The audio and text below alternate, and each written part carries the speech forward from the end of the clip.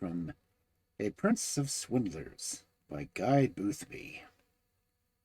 Story 1. The Duchess of Wiltshire's Diamonds. To the reflective mind, the rapidity with which the inhabitants of the world's greatest city seize upon a new name or idea and familiarize themselves with it can scarcely prove otherwise than astonishing. As an illustration of my meaning, let me take the case of Klimo, the now famous private detective who has won for himself the rights to be considered as great as Lecoq or even the late lamented Sherlock Holmes. Up to a certain morning, London had never heard his name, nor had it the remotest notion of who or what he might be. It was as sublimely ignorant and careless of the subject of the inhabitants of Kamchatka or Peru. Within 24 hours, however, the whole aspect of the case was changed. The man, woman, or child who had not seen his posters or heard his name was counted an ignoramus unworthy of intercourse with human beings. Princes became familiar with it as their trains bore them to Windsor, to luncheon with the Queen. The nobility noticed and commented upon it as they drove about the town. Merchants and businessmen generally read it as they made their way on the omnibus or the underground, to name their various shops and counting-houses.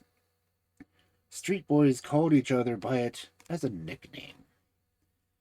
Music hall artists introduced it into their patter, while it was even rumored that the stock exchange itself had paused in a full flood tide of business to manufacture a riddle on the subject. That Klimo made his profession pay him well. Try that again. From the first fact that his advertisements must have cost a good round sum, and second because he had taken a mansion in Belverton Street, Park Lane, next door to the Porchester House, where, to be the dismay of the aristocratic neighborhood, he advertised that he was prepared to receive and consult by his clients. The invitation was responded to with alacrity, and from that day forward, between the hours of 12 and 2, the pavement upon the north side of the street was lined with carriages, every one containing some person desirous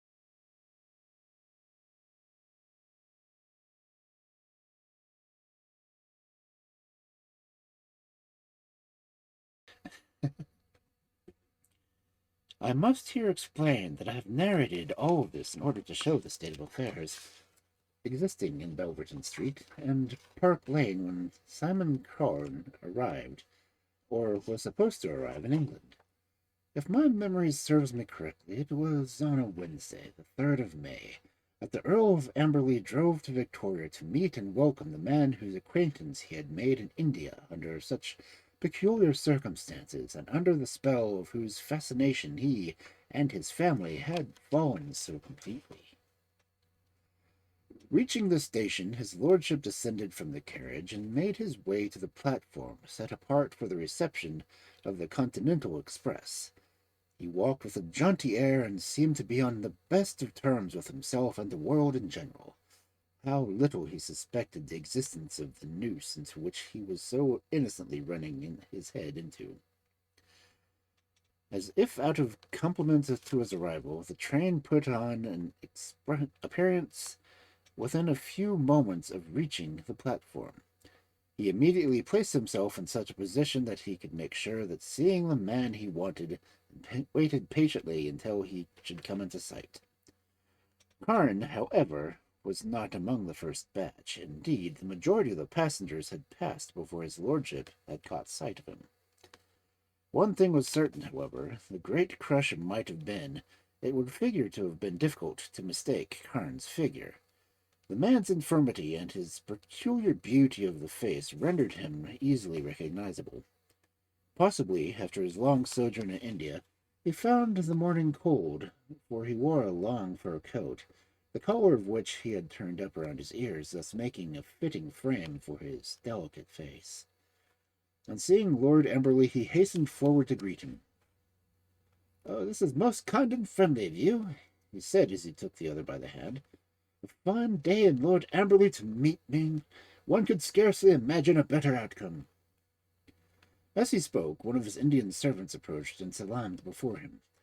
He gave him an order, and received an answer in Hindustani, whereupon he turned again to Lord Amberley. "You may imagine how anxious I am to see my new dwelling," he said. "My servant tells me that my carriage is here, so I hope I may see that you will drive back with me, and see for yourself how I am likely to be lodged."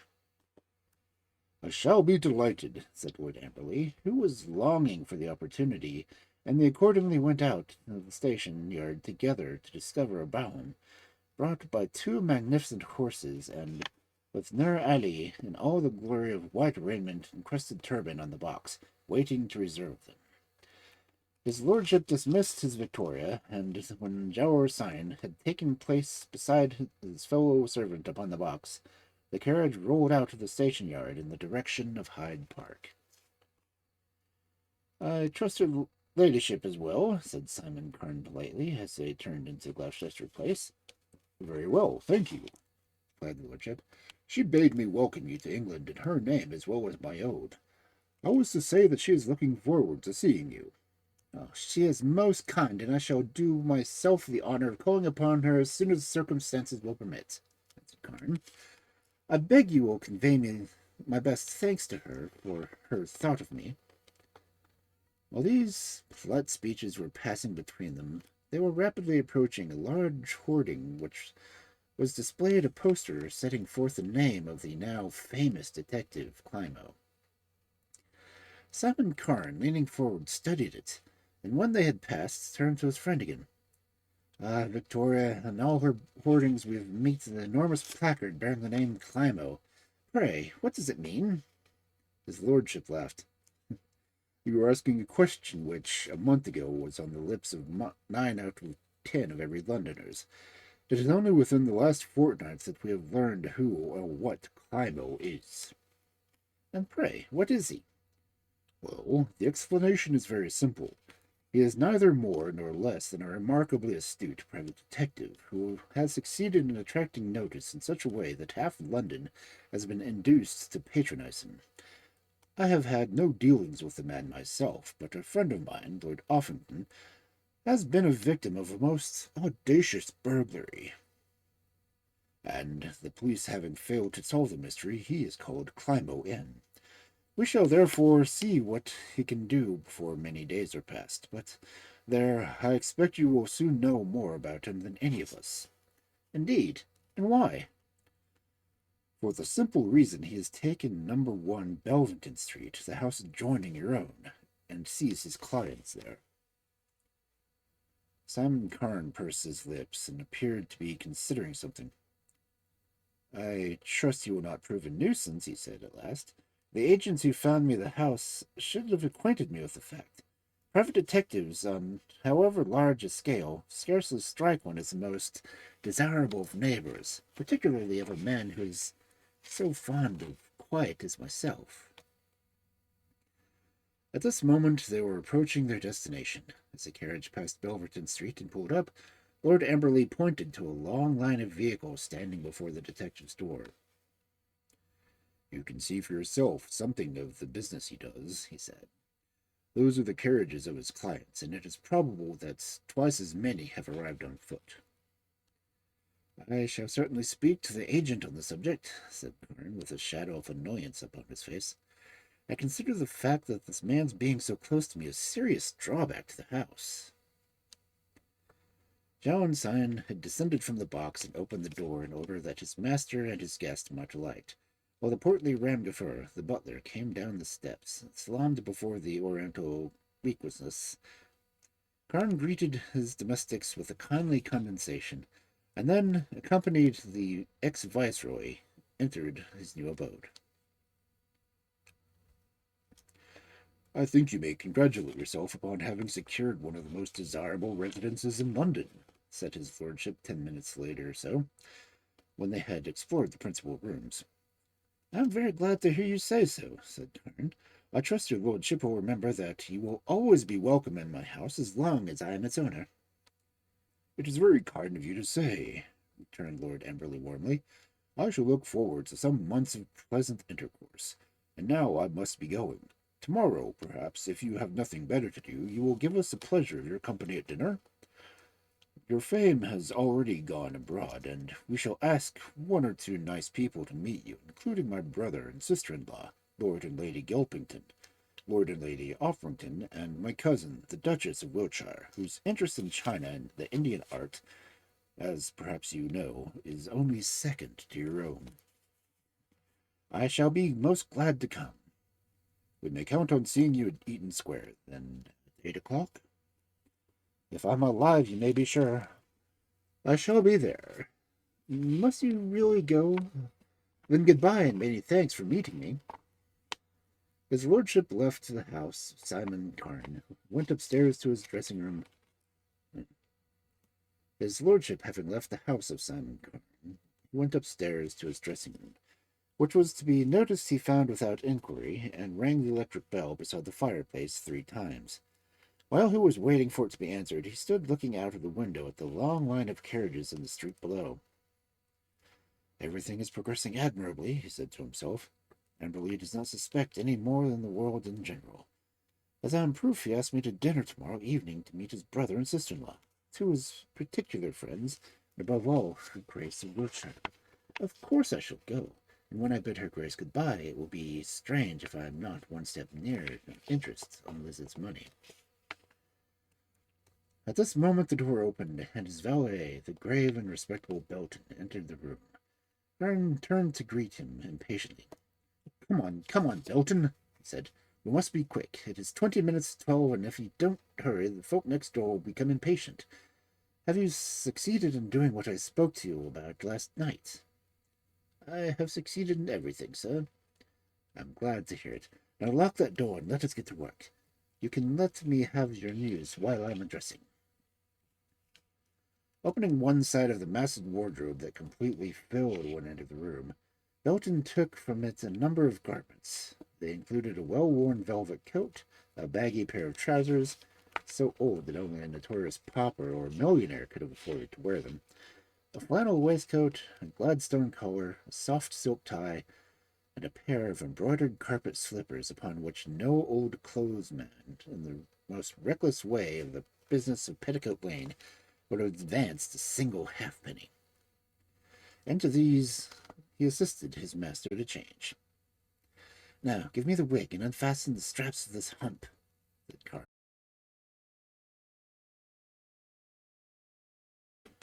Neighboring chair. Belton did as he was ordered, and then there happened a thing the like of which no one would have believed. Having unbuckled a strap on either shoulder and slipped his hand beneath his waistcoat, he withdrew a large papier-mâché hump, which he had carried away and carefully placed in the drawer of the bureau. Relieved of his burden, Simon Carne stood up straight and well made as any of Her Majesty's dominions. The malformation, for which so many, including the Earl and Countess of Amberley, had often pitied him, was nothing but a hoax intended to produce the effect that would permit additional facilities of disguise. The hump discarded, and the grey wig fitted carefully on his head in such a manner that not even a pinch of his own pearly locks could be seen beneath it. He adorned his cheeks with a pair of pipru hair whiskers, donned the flannel vest and the velvet coat previously mentioned, slipped his feet into the carpet slippers, and placed a pair of smoked glasses upon his nose, and declared himself ready to proceed about his business. The men who would have known him for Simon Carne would have been as astute, shall we say, as the private detective Klimo himself. It's on the stroke of 12, he said, as he gave a final glance at himself in the piering glass above the dressing-room table, and arranged his tie to his satisfaction. Should anyone call, instruct Ramgaffer to tell them that I have gone out for business and shall not be back until 3 o'clock. Very good, sir. Undo the door and let me go in. Thus commanded, Belton went across the large wardrobe which, as I have already said, covered the whole of one side of the room, and opened the middle door.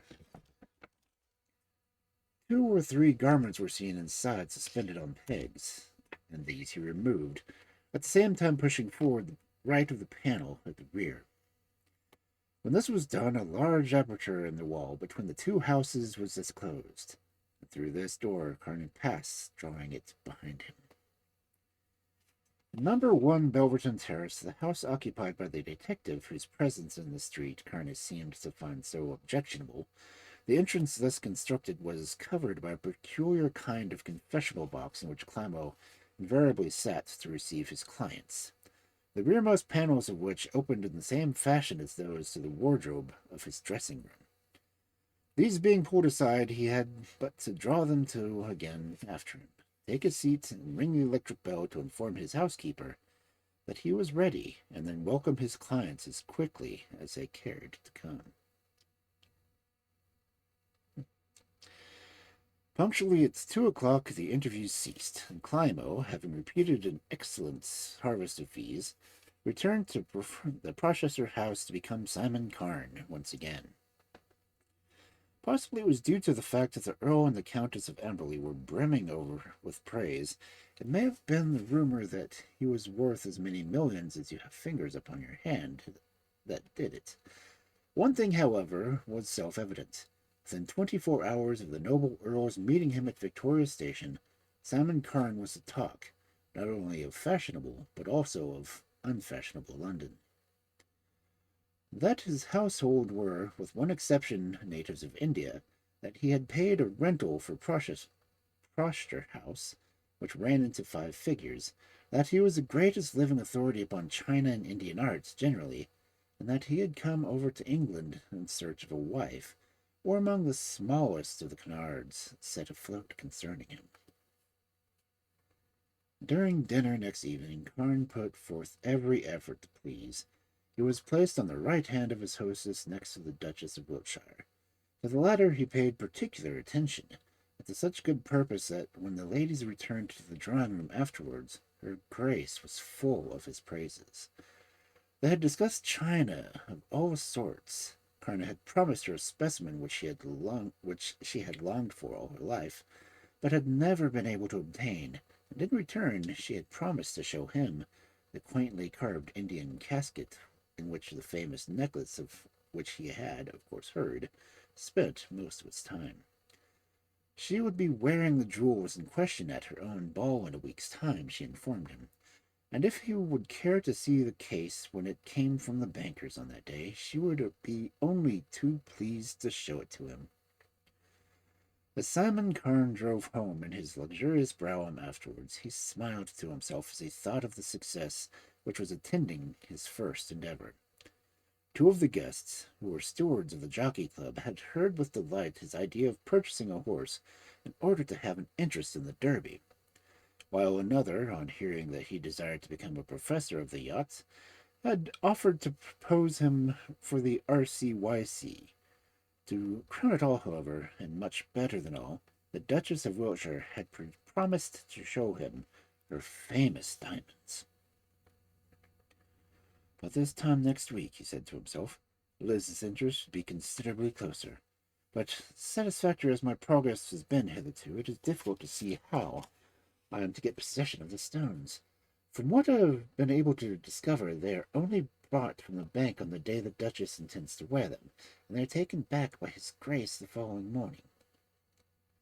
While she has got them in her person, it would be manifestly impossible to get them from her, and as, when she takes them off, they return to their box and placed in a safe, constructed in the wall of the bedroom adjoining, and which for the occasion is occupied by the butler and one of the under footmen, the only key in the possession of the Duke himself, it would be equally foolish to hope to appropriate them. In what manner, therefore, am I to become the possessor causes my comprehension. However, one thing is certain, obtained they must be, and the attempt must be made on the night of the ball, if possible. In the meantime, I will set my wits to work upon it. Next day, Simon Carne was the recipient of an invitation to the ball in question, and 2 days later he called upon the Duchess of Wiltshire at her residence in Belgrave Square with a plan prepared. He also took with him a small vase which he had promised her 4 nights before, She received him most graciously, and their talk fell at once to the usual channel. Having examined her collection and charmed her by means of one or two judicious criticisms, he asked permission to include photographs of certain of her treasures in his forthcoming book. Then, little by little, he skillfully guided the conversation on the subject of the jewels. "Since we're discussing gems, Mr. Carne," she said, "perhaps it would interest you to see my famous necklace. By good fortune, I have it in the house now, for the reason that an alteration is being made out of one of the clasps by the jewelers." "I should like to see it immensely," answered Carne. "At one time or another, I had had the good fortune to examine the jewels of the leading Indian princes, and I should like to be able to say that I had seen the famous Wiltshire necklace." "Then you shall certainly have the honor," she answered with a smile. "If you will ring the bell, I will send for it." Carne rang the bell as requested, and when the butler entered, he was given the key to the safe and ordered to bring the case to the drawing room. "We must not keep it very long," she observed while the man was absent. "It is to be returned to the bank in an hour's time." "I am indeed fortunate," Carne replied, and turned to the description of some curious Indian wood carving, of which he was making a special feature in his book. As he explained, he had collected his illustrations from the doors of the Indian temples, from the gateways of palaces, from old brasswork, and even from the carved chairs and boxes he had picked up in all sorts of odd corners. Her Grace was most interested. "How strange that you should have mentioned it," she said. "If carved boxes are of any interest to you, it is possible my jewel case may be of some use to you. I think I told you during Lady Amberley's dinner it came from the Baron's, and was carved upon it the portraits of nearly every god in the Hindu pantheon." "You raise my curiosity to a fever heat," said Carne. A few moments later the servant returned, bringing about 16 inches long by 12 wide and 8 deep, which he placed upon the table beside his mistress, after which he retired. "This is a case to which I have just been referring," said the Duchess, placing her hand on the article in question. "If you glance at it, you will see how exquisitely it is carved." Concealing his eagerness with an effort, Simon Carne drew up his chair to the table and examined the box. It was with justice she had described the work of art. With the wood which was constructed, Carne was unable to tell. It was dark and heavy, and though it was not teak, it closely resembled it. It was literally covered with quaint carving, and of its kind was a unique work of art. "It is most curious and beautiful," said Carne when he had finally finished examining it. "In all my experience, I can say safely that I have never seen its equal. If you will permit me, I should very much like to include a description and illustration of it in my book." "Of course you may do so. I shall only be too delighted," said her Grace. "If it will help you in your work, I shall be glad to lend it to you for a few hours in order that you may have the illustration made." This was exactly what Carne had been waiting for, and he accepted the offer with alacrity. "Very well, then," she said. "On the day of my ball, when it will be brought from the bank again, I will take the necklace out and send you the case. I make one provision, however, that is that you must have it back to me the same day." "I will certainly promise to do that," replied Carne. "And now let us look inside," said his hostess. Choosing a key from a bunch she carried in her pocket, she unlocked the casket and lifted the lid. Accustomed as Carne had been all his life to the sight of gems, what he saw before him almost took his breath away. Inside the box, both sides and bottom, was quilted with softest Russian leather, and on this luxurious couch reposed the famous necklace. The fire of the stones when the light caught them was sufficient to dazzle the eyes, so fierce it was. As Carne could see, every gem was perfect of its kind, and there were no fewer than 300 of them. The setting was a fine example of a jeweler's art, and last but not least, The value of the whole affair was £50,000, a mere fleabite to the man who had given it to his wife, but a fortune to any humbler person. "And now that you have seen my property, what do you think of it?" asked the Duchess as she watched her visitor's face. "It is very beautiful," he answered, "and I do not wonder that you are proud of it. Yes, the diamonds are very fine, and I think it's abiding their place that fascinates me. Have you any objection to my measuring it?" "Pray do so, if it is likely to be of any assistance to you," replied her Grace. Carne then produced a small ivory rule and ran it over the box. The figures he thus obtained and jotted down in his pocketbook. 10 minutes later, when the case had been returned to the safe, he thanked the Duchess for her kindness and took his departure, promising to call in person for the empty case on the morning of the ball. Reaching home, he passed into the study and, seating himself on his writing table, pulled a sheet of paper towards him and began to sketch, as well as he could remember it, the box that he had seen. Then he leaned back in his chair and closed his eyes. "I have cracked a good many hard nuts in my time," he said reflectively, "but never one that seemed so difficult at first sight as this. As far as I see at present, the case stands as follows. The box will be brought to the bank where it usually reposes to Wiltshire House in the morning of the dance. I shall be allowed to have possession of it, without the stones, of course, for a period possibly extending from 11 o'clock in the morning to 4 or 5, at any rate not later than 7 in the evening. After the ball, the necklace will be returned to it, when it will be locked up in the safe, over which the butler and the footman will mount guard. To get into the room during the night is not only too risky, but physically out of the question, while to rob her Grace of her treasure during the progress of the dance would be equally impossible. The Duke fetches the casket and takes it back to the bank himself, so that, to all intents and purposes, I am almost as far from the solution as ever." Half an hour went by and found him still seated at his desk, staring at the drawing on the paper. And then an hour. The traffic in the streets rolled past the house unheeded. Vonage or a sign announced his carriage, and, feeling that an idea might come to him with a change of scene, he set off for a drive in the park. By this time, his elegant mail phaeton, with his magnificent horses and Indian servants on the seat behind, was well known to Her Majesty's state equipage, and attracted almost as much attention. Today, however, the fashionable word noticed that Simon Carne looked preoccupied. He was still working out his problem, but so far without much success. Suddenly something, no one will ever be able to say what, put an idea into his head. The notion was no sooner born in his brain than he left the park and drove quickly home. 10 minutes had scarcely elapsed before he was back in his study again and ordering the Wajab Bashk should be sent to him.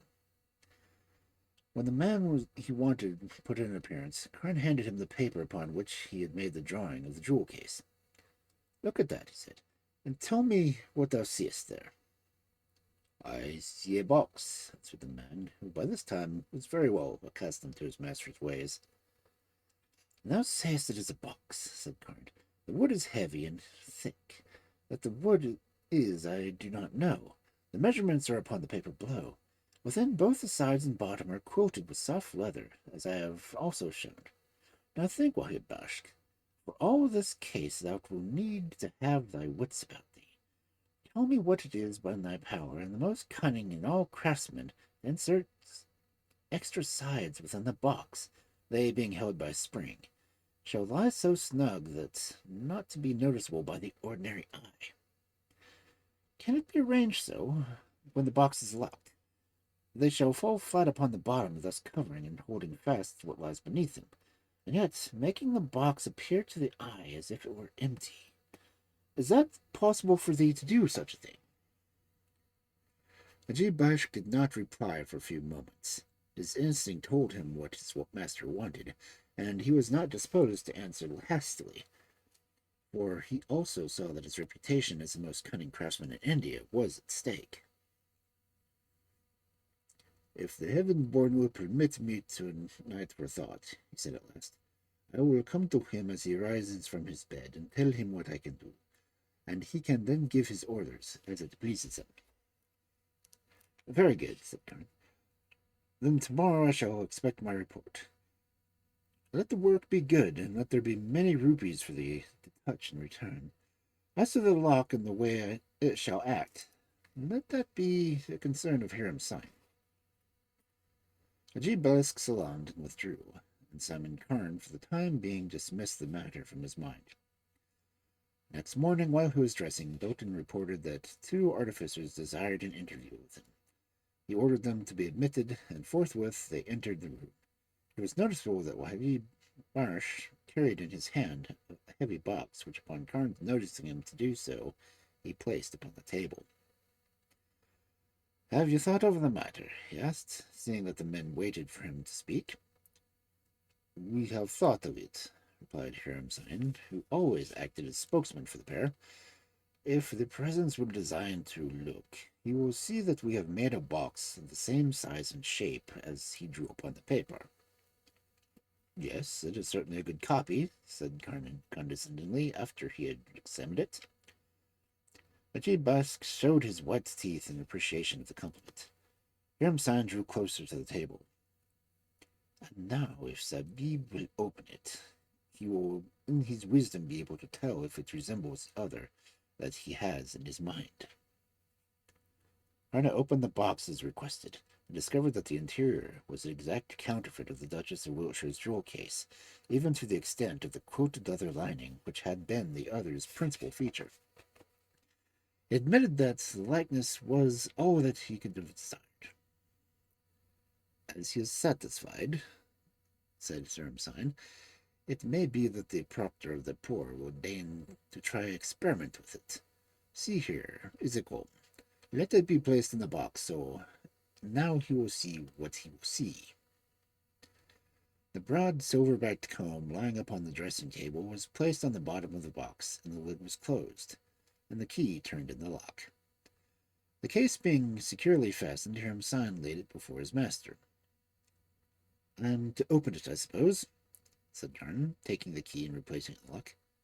"If my master pleases," replied the other. Carne accordingly turned it in the lock, and having done so, raised the lid and looked inside. His astonishment was complete. To all intents and purposes, the box was empty. The comb was not to be seen, and yet the quilted sides and bottom were, to all appearances, just the same as when he had first looked inside.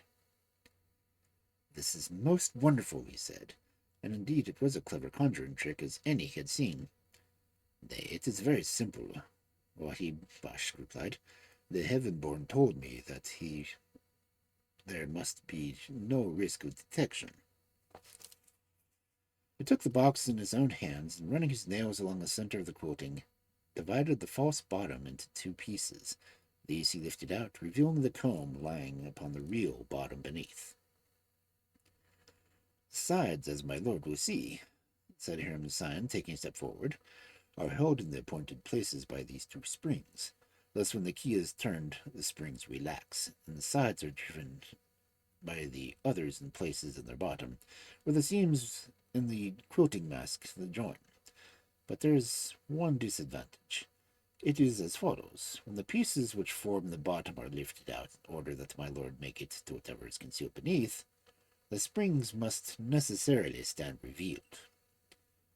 However, to anyone who knows sufficient the working of the box to lift out the false bottom, it will be an easy matter to withdraw the springs and conceal them about his person." "As you say it is an easy matter," said Carne, "I shall not be likely to forget. Now, one other question. Presuming I am in a position to put the real box into your hands for, say, 8 hours, do you think that in that time you can fit it so that the detection will be impossible?"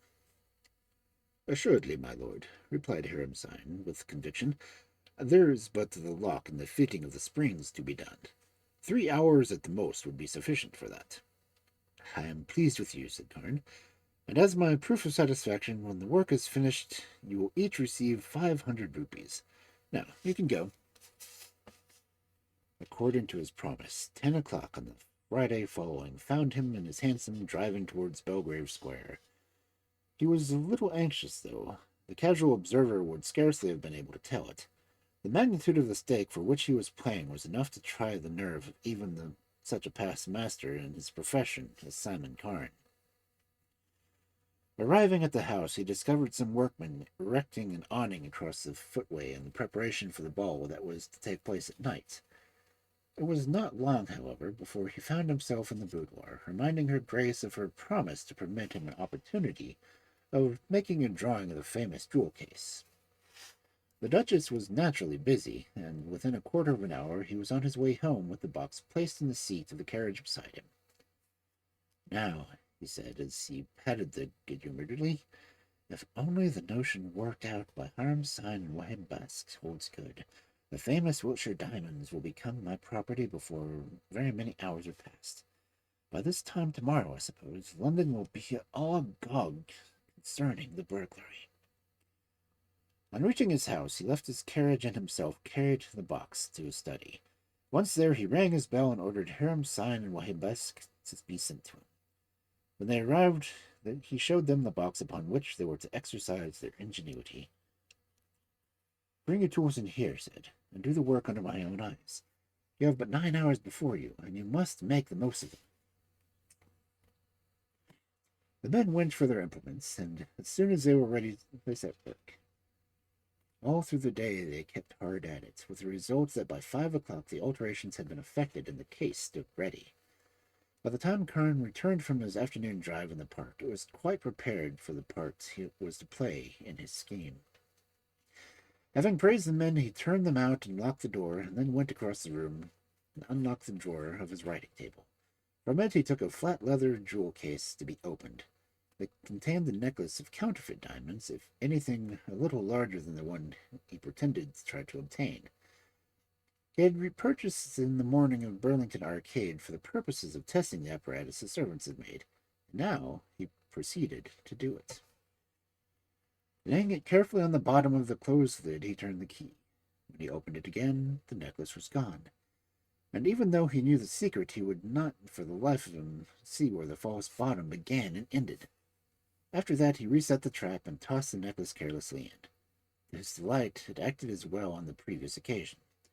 He could scarcely contain his satisfaction. His conscience was so sufficiently elastic to give him no trouble. To him, it was scarcely a robbery he was, but the artistic trial of skill, in which he pitted his wits and cunning against the forces of society in general. At 7:30 he dined, and afterwards smoked a meditative cigar with the evening paper in the billiard room. The invitations to the ball were for 10 o'clock, and at 9:30 he went to his dressing room. "Make me tidy as quick as you can," he said to Belton when he later appeared, "and while you're doing so, listen to my final instructions. Tonight, as you know, I am endeavoring to secure the Duchess of Wiltshire's necklace. Tomorrow morning all of London will resound with a hubbub, and I, having been making my plans in such a way as to arrange that Klimo shall be the person consulted. When the messenger calls, if he does, see that the old woman next door bids him to tell the Duke to come personally at 12 o'clock. Do you understand?" "Perfectly, sir." "Very good. Now give me the jewel case, and let me be off. You need not sit up for me." Precisely as the clocks in the neighborhood were striking 10, Simon Carne reached Belgrave Square, and, as he hoped, found himself the first guest. His hostess and her husband received him in the anteroom in the drawing room. "I come laden with 1,000 apologies," he said as he took her Grace's hand, and bent over with a ceremonious politeness which was one's main chief characteristics. "I'm most unconsciously early, I know, but I hastened here in order that I might personally return the jewel case you so kindly lent me. I must trust your generosity to forgive me. The drawings took longer than I expected." "No need to apologize," answered her Grace. "It is very kind of you that you have brought the case yourself. I hope the illustrations have proved successful. I shall look forward to seeing them as soon as they are ready, but I'm keeping you holding the box. One of my servants will take it to my room." She called a footman to her and bade him to take the box and place it upon her dressing table. Before it must go, I must let you see that I have not damaged it either externally or internally, said Carne with a laugh. It is such a valuable case that I should never forgive myself if it had received even a scratch during its time in my possession. So saying, he lifted the lid and allowed her to look inside. To the appearance, it was exactly the same as when she had lent it to him earlier in the day. You've been most careful, she said, and then, with an air of banter, she concluded, If you desire it, I shall be pleased to give you a certificate to that effect.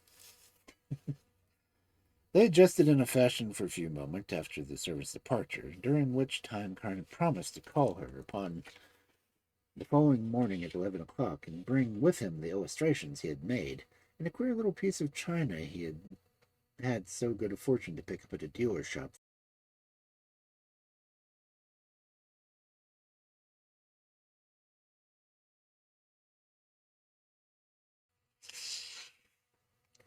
By this time, fashionable London was making its way up the grand staircase, and with its appearance, further conversation became impossible.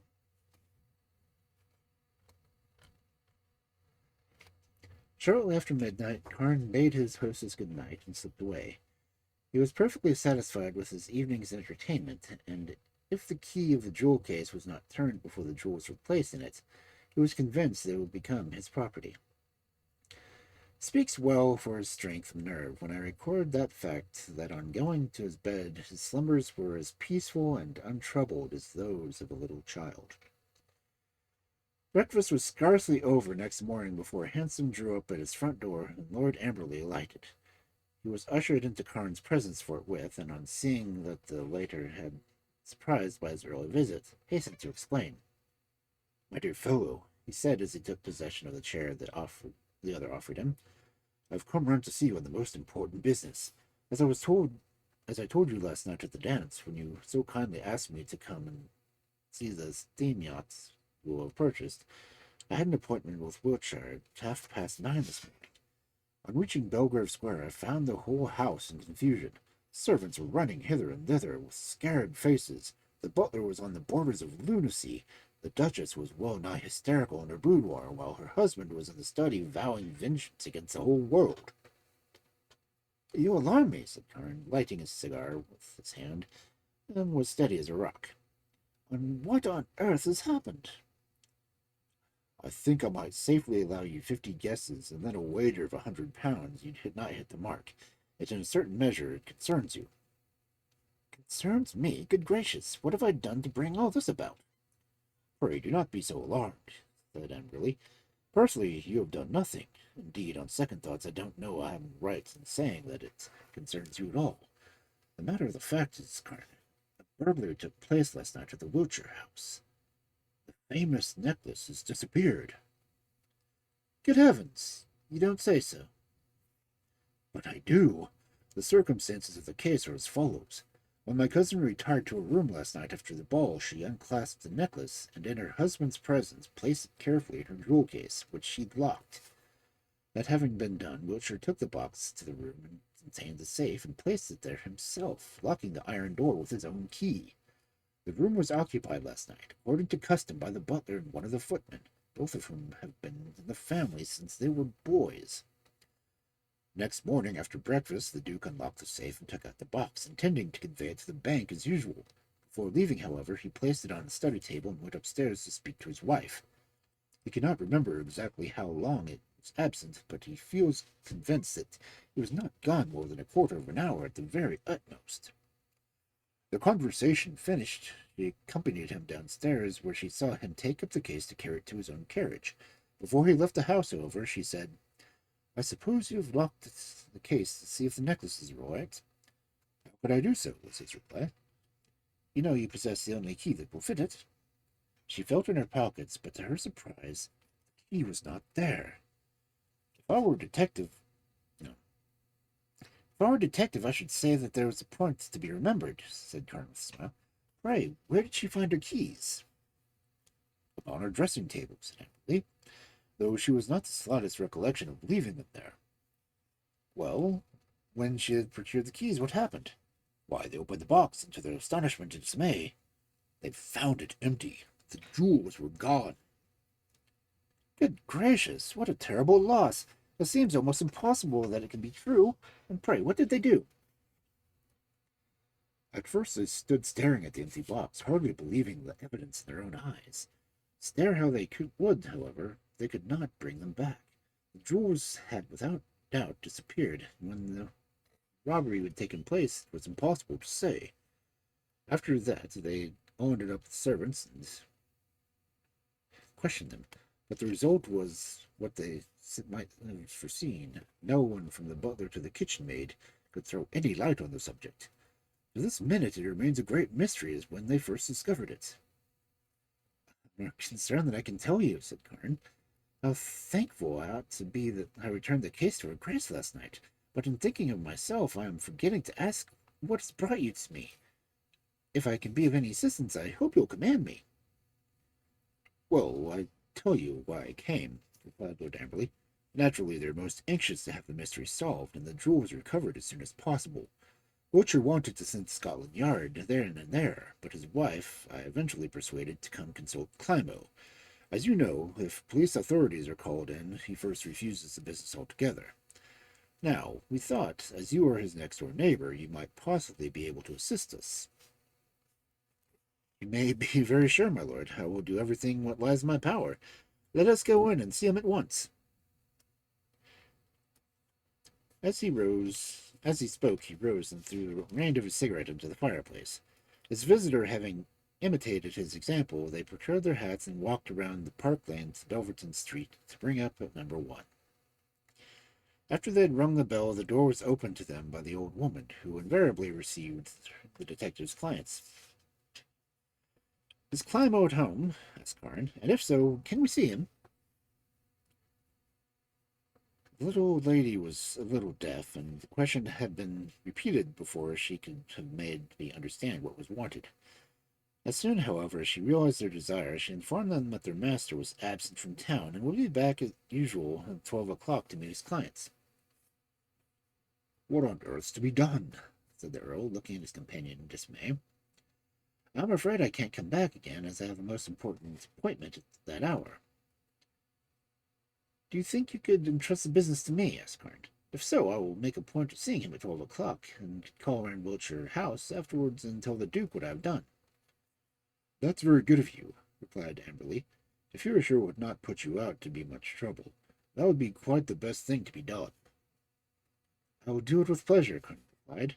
"I feel it my duty to help in whatever way I can." "You're very kind," said the other. "Then, as I understand, you are to call upon Klimo at 12 o'clock, and afterwards to let my cousins know what you have succeeded in doing. I only hope you will be help to us. Secure the thief. We're having too many of these burglaries just now. I must catch this hansom and be off. Goodbye, and many thanks." "Goodbye," said Carne, and shook him by the hand. The hansom having rolled away, Carne retraced his steps into his own abode. "It is really very strange," he muttered as he walked on. "How often a chance consents to lend her assistance to my little schemes. The mere fact that his Grace left the box unwatched in his study for a quarter of an hour may serve to throw the police off on quite another scent. I'm also glad that they decided to open the case in the house, for it had been gone to the bankers and had been examined in the strong room. I should never have been able to get the possession of the jewels at all." 3 hours later, he drove to Wiltshire House and saw the Duke. The Duchess was far too upset by the catastrophe to see anyone. "This is really most kind of you, Mr. Carne," said his Grace when the other had supplied the elaborate account of his interview with Klimo. "We're extremely indebted to you. I'm sorry he cannot come before 10 o'clock tonight, but that he makes the stipulation of my seeing him alone, for I must confess I should like to have someone else present to ask any questions that might escape me."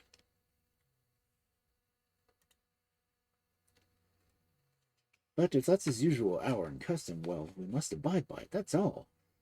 I hope he will do some good, for this is the greatest calamity that has ever befallen me. And as I told you just now, it has made my wife quite ill. She's confined to her bedroom and quite hysterical." "You do not suspect anyone, I suppose?" inquired Carne. "Not a soul," the other answered. The thing is such a mystery that we know not what to think. I feel convinced, however, that my servants are as innocent as I am. Nothing will ever make me think them otherwise.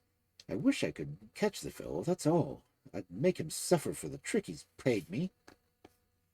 Carne offered up an appropriate reply, and after a little further conversation upon the subject, bade the irate nobleman good-bye and left his house. From Belgrave Square he drove to one of the clubs of which he had been elected a member, in the search of Lord Opington, with whom he had promised to lunch, and afterwards took him to the shipbuilder's yard near Greenwich in order to show him the steam yacht he had lately purchased. It was upon close to dinner time before he returned to his own residence. He brought Lord Opington with him, and they dined in state together. At 9 the latter bade him good-bye, and at 10 Carne retired to his dressing-room and rang for Belton. "What have you to report?" he asked. "With regard to what I bade you to do in Belgrave Square." "I followed your instructions to the letter," Belton replied. "Yesterday morning I wrote to Messrs. Hornblow and Jimson, the house agents in Piccadilly, in the name of Colonel Braithwaite, and asked for an order to view the real residency right next to the Wiltshire house. I asked that an order might be sent direct to the house, where the colonel would be getting to his arrival. This letter I posted myself in banking stroke, as you desired me to do.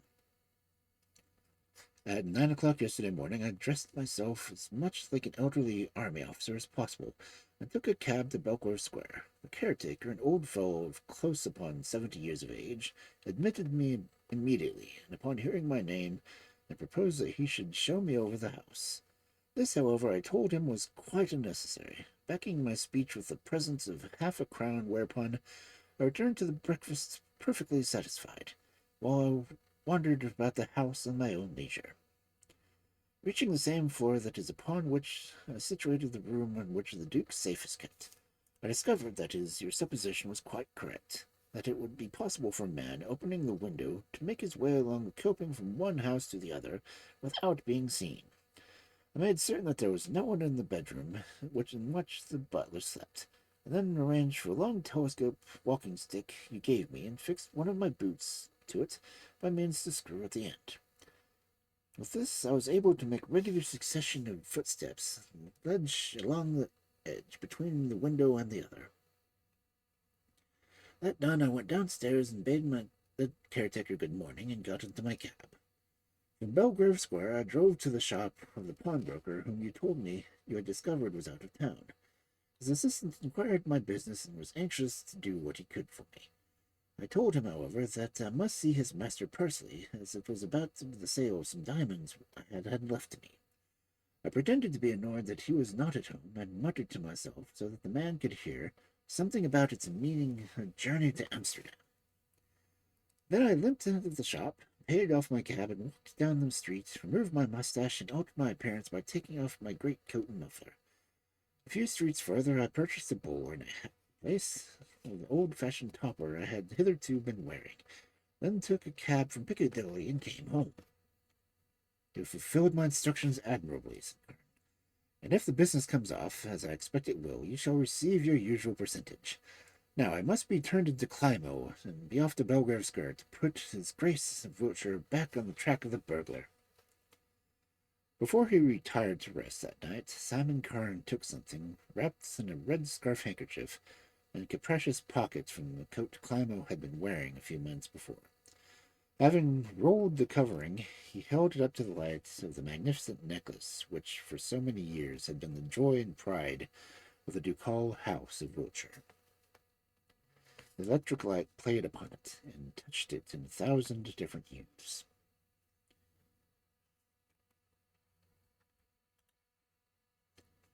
"Where so many have failed," he said to himself, as he wrapped it in the handkerchief again and locked it in his safe. "It is pleasant to be able to congratulate oneself on having succeeded. It is without its equal, and I don't think I shall ever overstep my mark if I say that I will think she receives it. Liz will be glad she lent me the money." Next morning all London was astonished by the news that the famous Wiltshire diamonds had been stolen, and a few hours later Carne learnt from an evening paper that the detectives who had taken up the case upon the supposed retirement of it from Klimo, were still completely in fault. That evening he was to entertain several friends at dinner. They included Lord Amberley, Lord Orpington, and the prominent member of the Privy Council. Lord Amberley arrived late, but filled to overflowing with importance. His friends noticed his state and questioned him. "Well, gentlemen," he answered as he took up a commanding position at the drawing-room hearthrug, "I am in a position to inform you that Klimo has reported upon the case, and the upshot of it is that the Wiltshire diamond mystery is a mystery no longer." "What do you mean?" asked the others in chorus. "I meant that he sent in this report to Wiltshire this afternoon, as arranged. From what he said the other night, after being alone in the room in the empty jewel case, magnifying glass for 2 minutes or so, he was in a position to describe the modus operandi, and what is more, the police puts the police in the scent of the burglar." "And how was it worked?" asked Carne. "From an empty house next door," replied the other. "On the morning of the burglary, a man purporting to be a retired army officer called with an order to an interview, got the caretaker out of the way, and clambered along the Wiltshire house by means of a parapet outside, reaching the room during the time the servants were at breakfast, opened the safe, and abstracted the jewels." "But how did Klimo find all that out?" asked Lord Orpington. "His own inimitable cleverness," replied Lord Amberley. "At any rate, it has been proved that he was correct. The man did make his way from next door, and the police have since discovered that an individual answering to the description given visited a pawnbroker's shop in the city an hour later and stated that the diamonds were available for sale." "If that is so, it turns out to be a very simple mystery after all," said Lord Orpington as they began their meal. "Thanks to the ingenuity and cleverness of the detective of the world," remarked Amberley. "In that case, there's a good health to Klimo," said the Privy Councillor, raising his glass. "I will join you in that," said Simon Carne. "Here's a very good health to Klimo and his connection with the Duchess of Wiltshire's diamonds. May he always be equally successful." "Hear, hear to that," said all the guests.